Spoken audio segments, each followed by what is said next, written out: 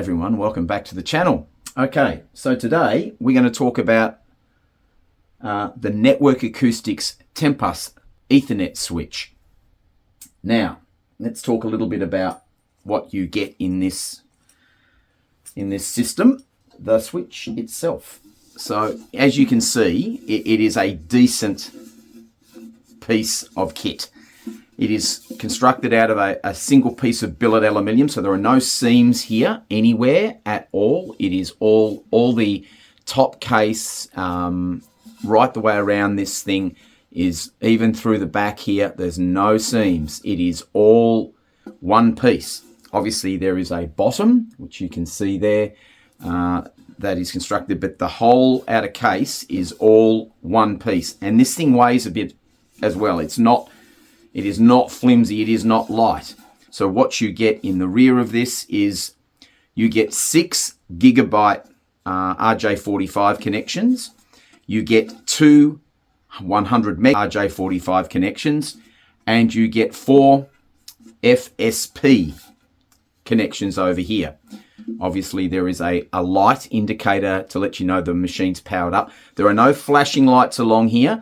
The reason that there are no flashing lights is in relation to the data transfer in and out of this switch is because LEDs make noise when they flash and they carry on. So Rob and Rich's design here was to make an ultra quiet switch. So anything at all that introduced noise into the circuit path was eliminated, and so all we get is a single light over this side here next to the power inlet. So it is a 12 volt power inlet.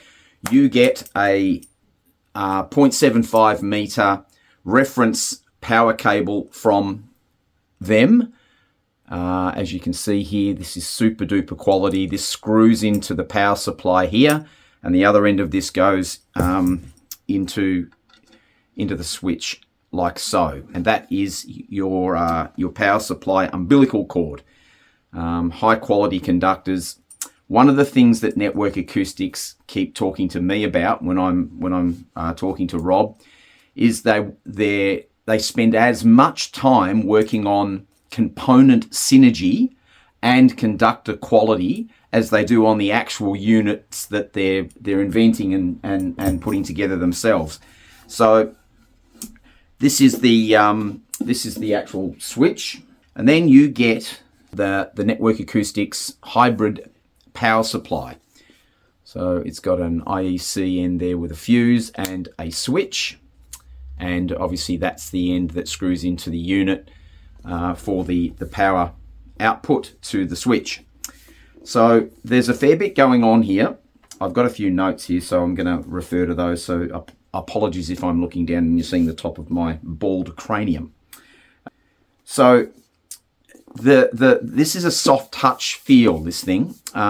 It's again beautifully made for a power supply.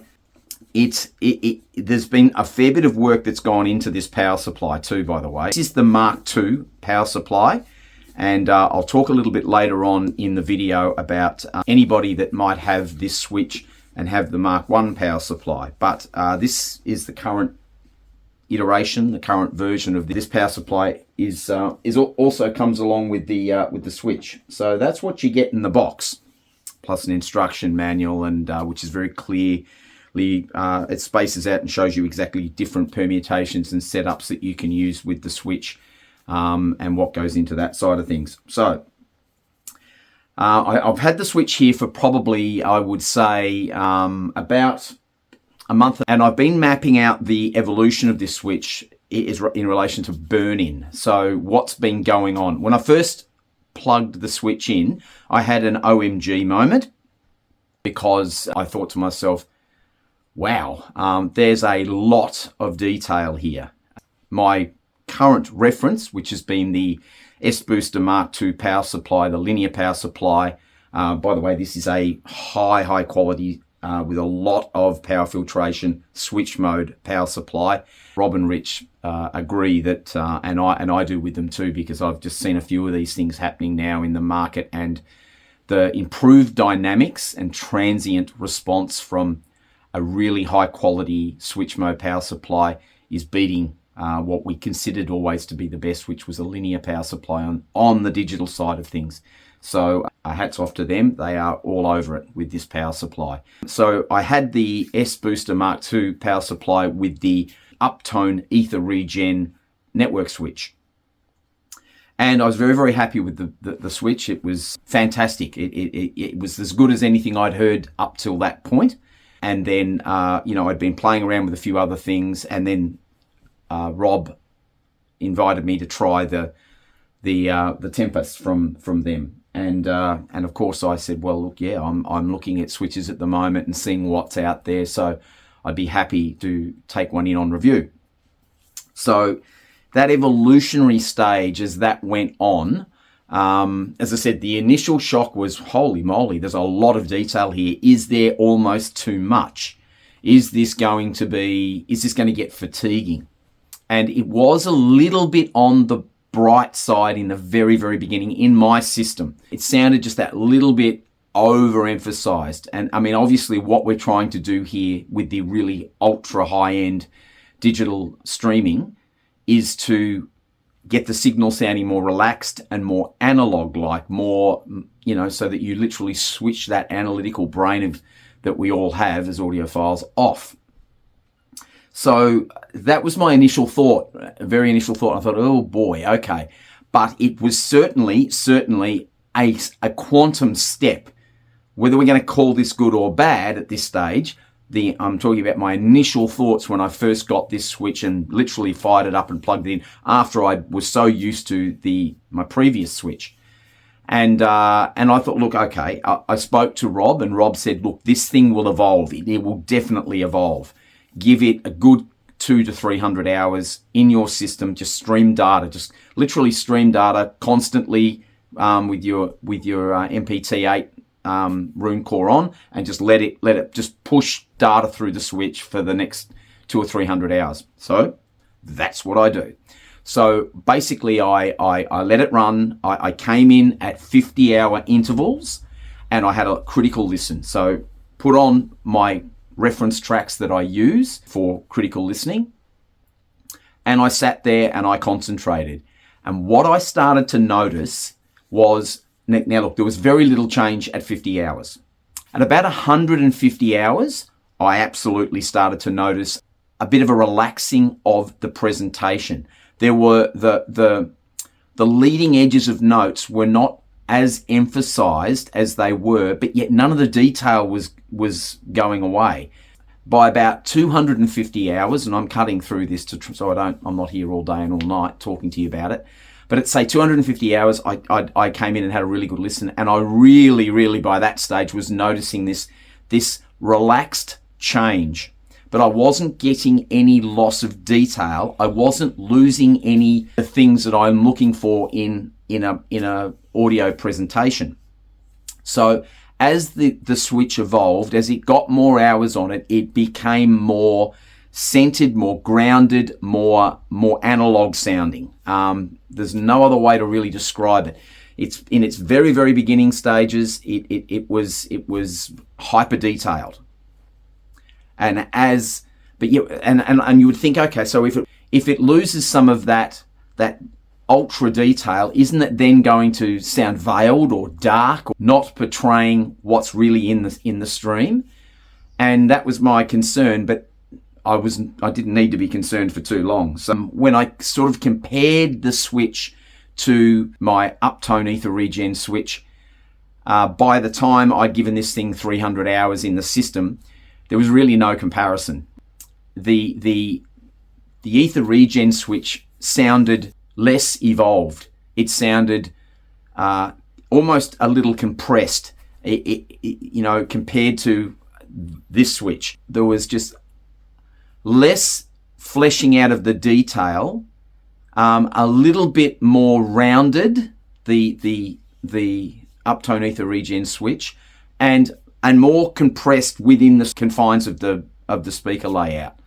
Now, there was still things going on outside of the speakers, there's no doubt about that, but compared to this switch, as I said, we'll talk further about that as we go. So some of the things that Network Acoustics have worked on with this switch to get it where they've got it is they're all about an ultra quiet switch. So they talk a lot about the ground plane and about lowering the noise floor in the switch by the separate power supply, by the good quality conductors, by the AC filtering that's going on in this high frequency switch mode power supply. Look, this thing's full of Marndorf caps. It literally, they have gone all out with this new hybrid power supply to get the power as clean as they possibly can sent off to the switch. Now this sits quite separately from the switch, and I mean, you've got nearly a meter's worth of umbilical cord there, so I would suggest guys use it, even though there is amazing shielding going on in here, according to what the guys at Network Acoustics are telling me, both in the housing of the switch and in the power supply. I mean, it's a no-brainer. If you can move those things, half a meter or 3/4 of a meter apart, why wouldn't you? That's what I've done. I didn't test like sitting it on top of each other like this. I assumed most of you would separate the power supply, tuck it away somewhere. I mean, you don't necessarily have to look at this. This is black, that is silver. You can get this switch in a black anodized aluminium billet housing as well. But in this case, I went for the silver because most of my system is silver. So the lowering of the noise floor is really where the rubber hits the road here, folks. Look, how's the best way to describe this? With switches, you don't get a noise floor, in the majority of the ones that I've tried anyway, where you can audibly hear the noise floor. You can't, like, let's liken it to a turntable, for instance, on the analog side. If you've got too much gain on your phono preamp and you turn the volume up on your stereo preamp, you will hear a hum or a hiss or an earth leak or a wide open hum from the or hiss from that too much gain. That you can hear. But the noise floor that we're talking about here is to me, and in all of the switches that I've tried, I can't say one is louder than the other. I can't hear the noise floor, but when that noise floor is lowered to an extent that the guys at Network Acoustics have done with this Tempus switch, what you do hear is all of the little creaks and groans in the studio that the mics pick up on the digital stream. I'll give you a perfect example. When listening to Fleetwood Mac's Chains on the stream, I think it's either a 192 or a 96 kilohertz stream, so it's a high res stream. But out of the left channel, I'm sure it's Lindsey Buckingham is sitting on a stool. He moves an acoustic guitar it sounds very wooden, and you can hear the movement of him with the musical instrument and the seat groan or creak. Now, that level of resolution was unachievable in my system with the other switch and all the switches that I've tried up until now. I knew there was something going on there. I knew there was a rustle over in that left channel right at the very beginning of the track before that first chord is played. But I didn't know what it was. I figured there was some movement in the studio. I figured that's probably what it was. But I was able to actually discern what the movement was. I could hear more clearly what the movement was. And it was easy for me to pick up what was going on. I'm guessing it was Lindsey, but I would assume with that guitar it probably was. So there was that sense of literally micro detail being fleshed out. Listening to Herbie Hancock's Loves Gershwin stream, it is a 192 kilohertz stream. Now, there's a track in there, and I can't think of the track off the top of my head at the moment. I'll put it on as a 1 minute short for you guys to have a listen to, where Herbie's playing piano and he's right into a break in the middle of the piano, and he's grunting and groaning like Oscar Peterson. You can hear that audible noise. I never heard that before on this stream. Never knew it was there. And I'm just talking about some things that are going on I mean, I could sit here all day and tell you about so many tracks that I literally am listening to again with this switch in my system for the very first time. Because the noise floor is lowered so much in this switch that micro details that were buried underneath that noise floor and weren't audible, or were just audible but you couldn't make them out, it's almost like focusing the binoculars, and all of a sudden there's that little detail. And I don't know about you, but as audiophiles, I love hearing that stuff. A lot of the time in the tracking room, we just left it there. We didn't try and get rid of it, because we just, at those, I'm talking about my era now, the systems weren't able to pick it up. So there was no point in trying to get it out of the recording. You left it there. And as a result of leaving it there, and we're talking about 77 there,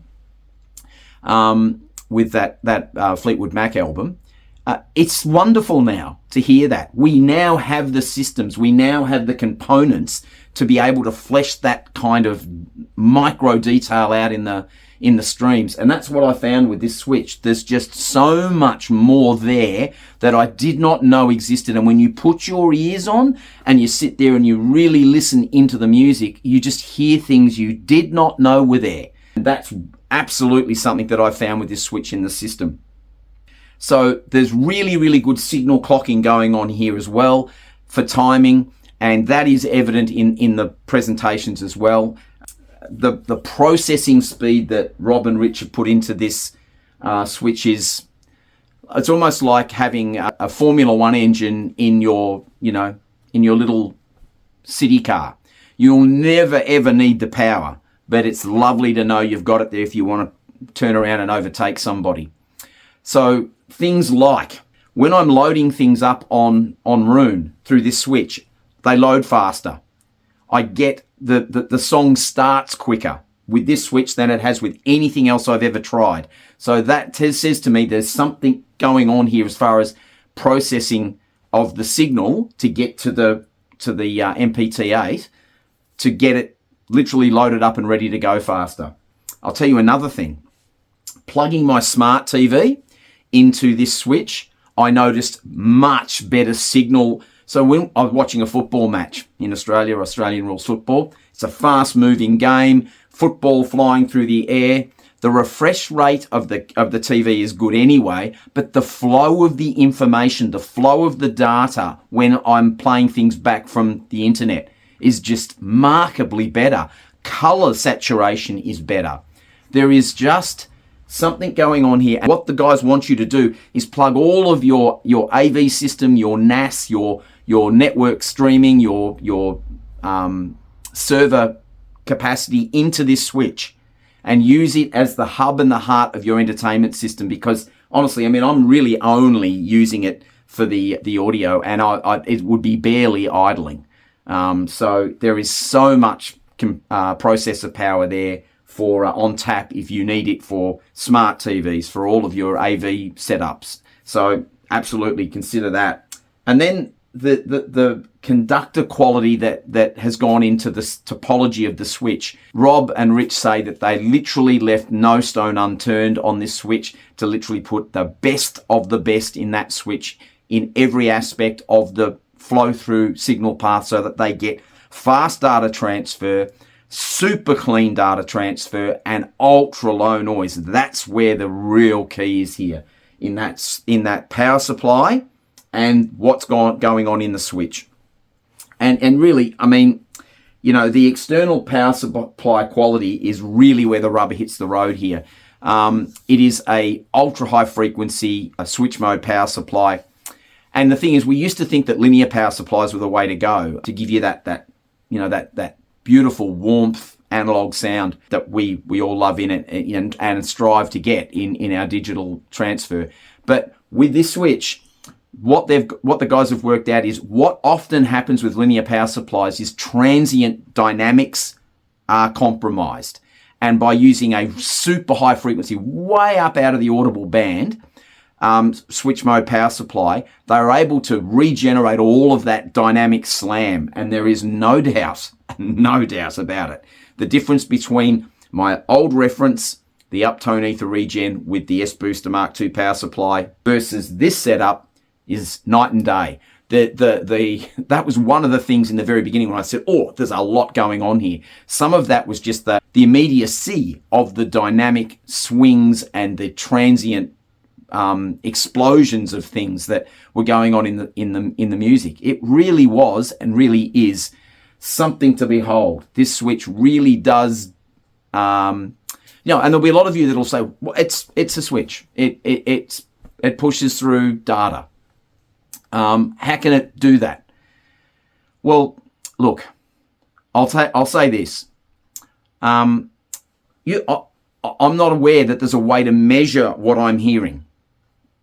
And then some will say, well, it's subjective, you're just, it's bias, well, I also can't measure how much back pain I've got when I've been out in the garden for 8 hours in the day and I've been doing crazy things that at 54 years of age I shouldn't be doing, but still do because I'm 21 up here.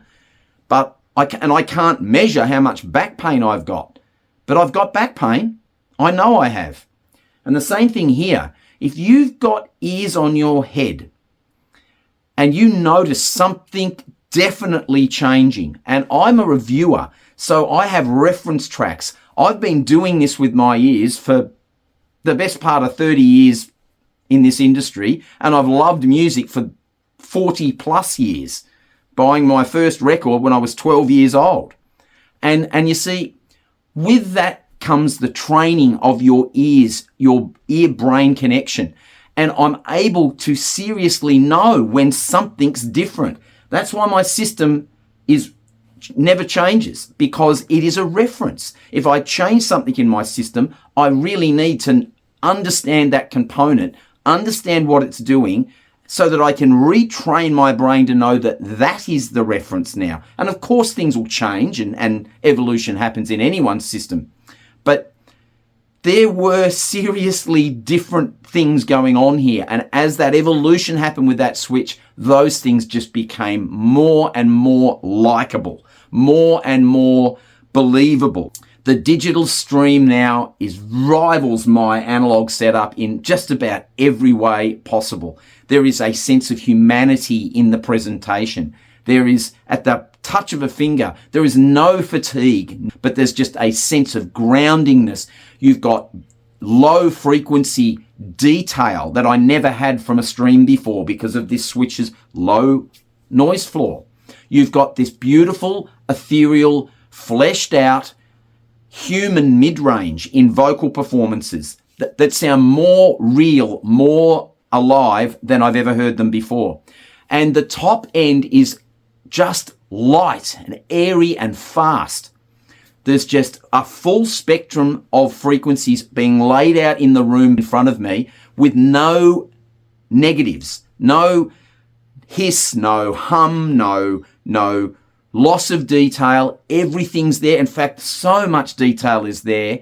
It's fun to listen to tracks you thought you knew. It really is. So let's talk about, with this power supply, something that Network Acoustics are actually offering, which I think is fantastic for the boys. There's a few things for a start. First thing is, buy this switch. They'll give you 60 days to put it in your system. And then if you don't like it, if it doesn't do what I'm saying it does or what they're saying it does, what's written on the packet, then you can send it back and they will give you a full refund. Now, there's not too many companies that are doing that to that extent, 60 days. No questions asked. They'll just put the money back in your bank account. So this is the sort of thing I'm talking about, that the quality that these guys know they've got here in this switch gives them the confidence to be able to do that. And further to that, just because, and this, look, I'm not going to make any bones about this. I'm a fan of Network Acoustics. I like what these guys are doing, and not just because of the products they produce, because of this human stuff that I'm talking about now. If you've got this switch with the Series 1 power supply, they have a back to basics program where they will, for a fee, now there's obviously a fee because they're going to be doing a lot of work here, but it's a very reasonable fee, which you can see on their website. They will pick this Mark 1 or the Mark 1 power supply up, they'll take it back, they will convert it to the current Mark 2 spec, which is this one, and they'll send it back to you. Express anywhere in the world for a very reasonable fee.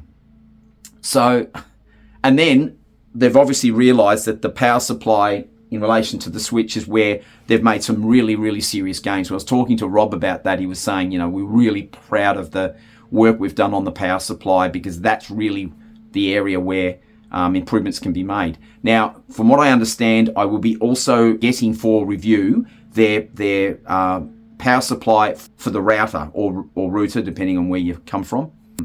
Don't block me, YouTube. It's actually a term. I will be getting that power supply in to try down there, because the other thing that Rob and Rich said was that any Wi-Fi that's in a router is hugely noisy. There is not a lot they can do. They may one day, I don't know, work on a router and release that. I don't know. But where they think they have definitely made improvements for any router is in the power supply for it.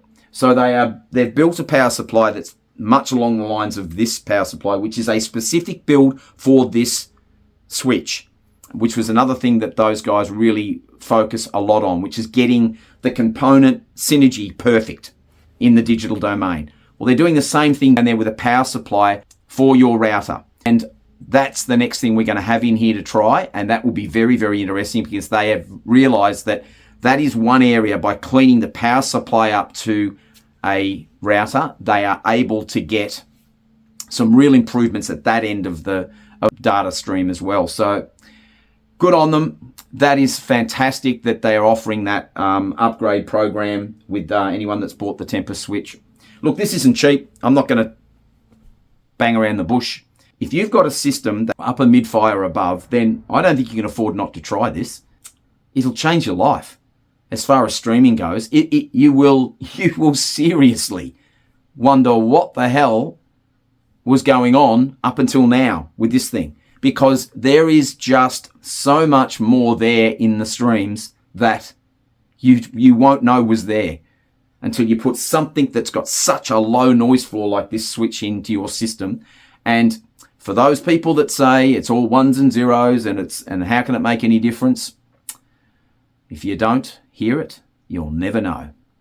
So that's it. It is an absolute 10 out of 10 thumbs up, undies on the outside, cape flapping in the breeze moment for Network Acoustics and the Tempus switch. You will not find anything better. I have tried a hell of a lot of switches, and there is nothing out there that comes close to what this is able to achieve. So look, do yourselves a favor. I love it.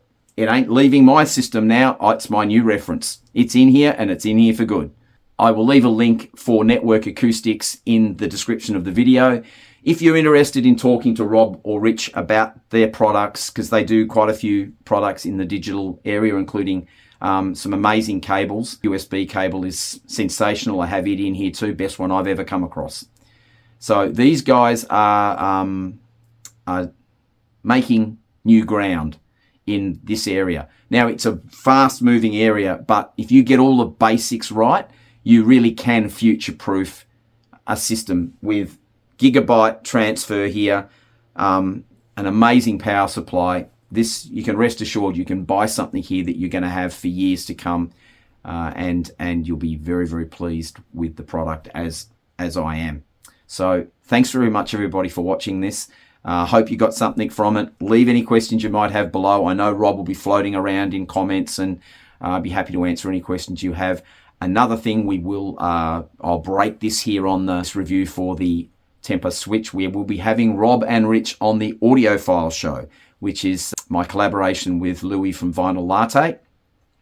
We're inviting those guys to come on the show and talk about all things digital and their processes and what they do in the digital domain. So that should be really interesting. So hang around for that. We haven't set a date yet, and we haven't locked anything in, but we definitely will be having Rob and Rich from Network Acoustics on the Audiophile show. So keep an eye out for that. Until we talk again, it's bye for now.